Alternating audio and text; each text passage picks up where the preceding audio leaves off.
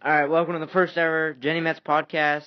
Josh Einbinder, Anil Piro, and Grant Papora here. Going to talk about some different Mets issues and Mets topics and NL East and stuff like that. So let's get underway here. First topic, Mets trade rumors. Will Venable. What are your thoughts on that? Maybe the possible acquisition of Will Venable. Personally, I'm not huge on the Venable acquisition. I'm pretty sure he's hitting like 247. They could go after Gomez, a Cespedes, or a Justin Upton. Yeah. Be a way better upgrade versus a Will Venable, who I'm pretty sure is a free agent after this year. Yeah. The guy's hitting 247. He's just going to be another Kelly Johnson Uribe acquisition, I feel. He's a major league proven player. He's in his 30s. I mean, the way I think of it is the Mets got to go for it now. I mean, they're one game out, and the Marlins are going to play the Nationals tonight, and the Mets are looking good playing the Padres. So, personally, I'm not huge on the Will Venable idea, but, I mean, I wouldn't mind it either. I mean, I feel like he could potentially add to the lineup. I mean, obviously you said, 247, that's not really going to help us out that much. Jay Bruce, he would be a solid addition, I guess, 15, 16 homers on the year.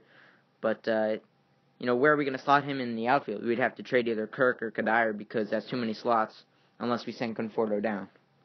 Yeah, and I know we're going to talk about this later, but I'm not sending Conforto down if he keeps producing. I mean, the guy's hot right now. He's scoring, he's getting runs in. He's doing good. You can't send that guy down. Yeah. All right, so moving on, we're going to talk about Jonathan Papelbon. Last night was traded to the Washington Nationals. Drew Storen was taken out of the closer's role. Obviously, Papelbon had some choice words to say in Philadelphia about how he wanted out there, and now he's already made a situation in Washington with the whole Drew Storen being unhappy as the closer. Thoughts on that? Papelbon's just a nutcase to me. Yeah. I mean, he's always getting people mad, this and that. I'm kind of happy he's with the Nationals now so we can beat him. I don't think he's that good. He's an old man, personally. And I like Tyler Clippard, the newly acquired Mets attitude, saying they're beatable, which they are. Yeah. So, Papelbon to me is just a head case, and I don't really think anything of it except that he's a head case and that he's just going to hurt himself in the long run. Yeah, and that was a bold move by Tyler Clippard to say, they're beatable because I think that really gave a boost in the clubhouse, and especially with the additions of Uribe and Johnson, too. Those are great clubhouse presences, and being that Uribe's won two championships before, I think that'll really give the guys a boost in the clubhouse. Clifford with that mentality, that's a New York mentality right there, coming out saying that the Nationals are beatable, and, I know I like it, you like it, I'm pretty sure the whole Mets fan base really enjoys that, and it's going to be interesting to see what he does. Yeah, I agree 100%. All right, now we're going to move on to the Miami Marlins. A couple minutes ago, they just traded Matt Latos and Michael Morse to the Dodgers. They had a fire sale in 2012, and the winter of 2012, they traded Reyes, Burley, guys like that. And obviously, Stan voiced how upset he was with that move. Should the Marlins just rebuild? They really haven't rebuilt in a while. I mean, in that trade in 2012, they got Henderson Alvarez, and they got a couple other pieces that weren't necessarily prospects at the time. They were more like guys who were breaking into the MLB. So should they really just maybe re-tear everything down and just start over again? I mean, I think it depends on how you define tear everything down. I mean, they've got a good foundation with Stanton and Fernandez. You got your number one starter, you got your big power bat, and I think you just go around there. I think the Latos-Morse trade was good because you're going to get players back and you're going to release some cap space to help build for the future. And I know they got a couple of young arms coming up as well, so I think the right way to go is not a full rebuild like the Mets have been doing, but take 2, 3, 4 years, and you really build up those pigeon prospects, build the lineup around Stanton, and I think they'll be good in a few years. Yeah, I have to agree with you on that. Next topic we're going to talk about is the Atlanta Braves. Obviously, Andrelton Simmons was a topic. The Mets looked into him. John Hart said no. But obviously right now the Braves haven't been having a horrible season so far. I mean, not what we thought they would. They still have Freddie Freeman. They still have Simmons. Still have Chris Johnson. My question is, when are they going to trade Chris Johnson? I mean, he's not going to be part of that 2017 team. They've already are loaded with Matt Whistler and Rob Whalen, who they just got from the Mets for 2017. They need to trade Chris Johnson and maybe even Simmons to clear up some space for prospects who are going to come through in 2017. Yeah, I agree. I mean, Simmons, Freeman, they're going to be the future. I mean, they're still young, and they're about to hit their primes. Those are the cornerstones that you're going to have to build around. You got to get rid of Johnson. He's not in the plan for the future at all. He's you could get some valuable prospects for him, I think. And you know, with the Atlanta Braves back in the 90s when they had the, Greg Maddux, Glavine, and that rotation. I feel like they're going to go back to there because everyone's going to be looking at the Mets' success this year and how a young rotation really leads the way. And so, you got to trade Chris Johnson. I don't know to who, but you got to get rid of him. You got to get that farm system built back up. And, I'm expecting big things from the Braves in a few years. And last, the NL East, the Philadelphia Phillies, they got to get rid of Hamels, and they got to get rid of Howard and Ellie. It seemed like Ruben Amaro Jr., their GM, has not wanted to rebuild, obviously, after all those successful years, 08, 09, 10, 2011. Honestly, if you want to start a rebuild, you have to get rid of Hamels and Ryan Howard. Chase Utley, could be like the piece that David Wright was for the Mets when they were rebuilding. But, these are guys whose salary is way too much, and they need to get rid of them. Yeah. I think Utley, one's going to be hard to move because he's an old man. If you can move him, I'm moving him. I don't care who you get because he's not going to do anything for you in the recent future besides be semi-good. And then, Howard's going to be very tough to move, in my opinion. His contract is huge. He hasn't been producing the way he used to back in 08, 09, back then. And, if I'm Ruben Amaro, you got to try to build a package around Hamels and Howard to get them both out of there. The thing is, no one wants Howard. And that's what you got to do. I think it's what they do, with Kimbrel and Melvin Upton Jr. to the Padres. You want Kimbrel, you take Upton Jr. And Amaro has to get creative here. In sending Hamels somewhere. If he can go to Los Angeles Dodgers, maybe for Andre Ethier, we've heard Yasiel Puig, that might be a solid deal for the Phillies. Yeah. They already have some nice pieces in Odubel Herrera and Michael Franco. Yep. I think watch Hamels to the Dodgers, watch Hamels to the Yankees. I think right now the Dodgers just traded for Latos and Michael Morse, so I don't know how they're going to, they're over the luxury tax, I'm pretty sure, so you could watch them go to the Dodgers, but I think the Yankees are going to come out here. They're 1 or 2 starters away from really being serious down there in the AL East, and they got like a 7-game lead. So watch the Yankees. And switching topics now at this point, we're going to go to the Yankees, in fact. How much have they surprised, you this season? They didn't look so great on paper. They're very old. Most of their guys are over 30 years old. Their pitching is not great. CC Sabathia has been awful this year. How are they in first place? I don't understand. Well, the AL East is not as good as it used to be, obviously. But, they're getting contributions from A-Rod. They're getting contributions from everyone on the team. Evaldi, Pineda, Tanaka, they're all pitching solid when they're out there. And, I think it's just team chemistry. All these guys on this team have been playing together for a while, so I think that has to do with it. And Girardi's a good manager.